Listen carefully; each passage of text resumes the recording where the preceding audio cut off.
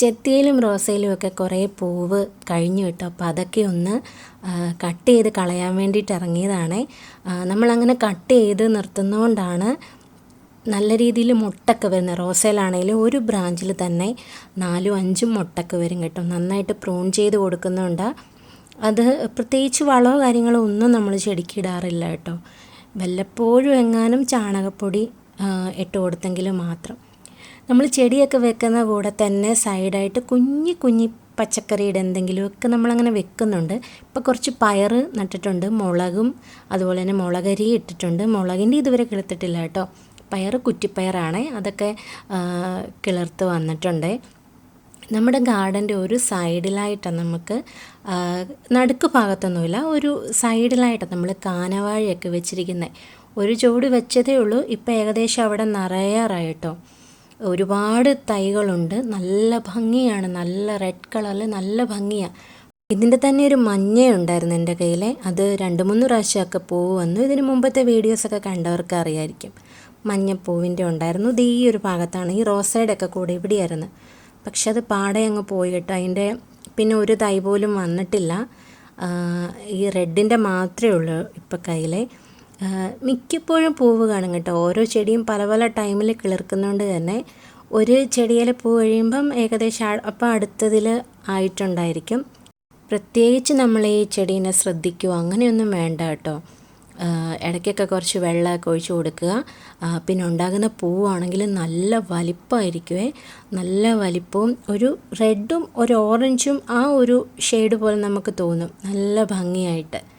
പിന്നെ ഇത് കഴിയുമ്പോൾ തന്നെ ഞാൻ കട്ട് ചെയ്ത് വിടും കേട്ടോ. ഓരോ ചെടി കഴിയുമ്പോഴും അതിൻ്റെ ചോട്ടിൽ നിന്ന് തന്നെ കട്ട് ചെയ്ത് മാറ്റും. എന്ന് വെച്ചാൽ അല്ലെങ്കിൽ എല്ലാം കൂടെ തിങ്ങി നിറഞ്ഞിങ്ങനെ നിൽക്കുമല്ലോ. പിന്നീട് പുതിയ തൈ വരുമ്പോഴത്തേന് അതിന് വളർന്നു വരണമല്ലോ. അപ്പോൾ ആ ഒരു ഇതിന് നമ്മൾ പൂവൊക്കെ കഴിയുന്നത് നമ്മൾ കട്ട് ചെയ്ത് മാറ്റുന്നുണ്ട്. നമ്മുടെ ഗാർഡൻ്റെ ഒരറ്റത്തു നിന്ന് നമ്മളിങ്ങനെ റെഡിയാക്കി കൊണ്ടുവരിക. ബോർഡർ ഗ്രാസ് വെച്ചതൊക്കെ ആണെങ്കിലും നന്നായിട്ട് പിടിച്ചിട്ടുണ്ട്, കുറച്ചൊക്കെ വളരാനും തുടങ്ങിയിട്ടുണ്ട്. പിന്നെ ഈ മഴ സമയത്ത് നമ്മൾ ഗാർഡൻ വൃത്തിയാക്കിയിട്ട് കാര്യമൊന്നുമില്ല, പിന്നെയും ഇങ്ങനെ കിളിർത്തുകൊണ്ടിരിക്കും. ഈ ഒരു ഭാഗം നല്ല നാശമായിട്ടിരിക്കുകയാണ്. പക്ഷേ ഒരു എന്താ പറയുക, നമുക്കൊരു മൂഡ് തോന്നണമല്ലോ നമുക്ക് ഓരോന്ന് ചെയ്യാൻ വേണ്ടിയിട്ട്. അപ്പോൾ ഇന്ന് എനിക്ക് തോന്നിയെന്ന് വെച്ചാൽ നമ്മുടെ ഈ അരേലിയ പ്ലാന്റ് ഈ ഒരു തൈ മാത്രമേ ഉണ്ടായിരുന്നുള്ളൂ. അത് ഞാൻ ഇടയ്ക്കൊന്ന് പ്രൂൺ ചെയ്തപ്പോൾ അതിൻ്റെ കട്ടിങ്സ് എടുത്ത് ഞാൻ വേറൊരു ചട്ടിയിൽ വെച്ചു. അത് ഏകദേശം നല്ല ബുഷിയായിട്ട് വരുന്നുണ്ട്.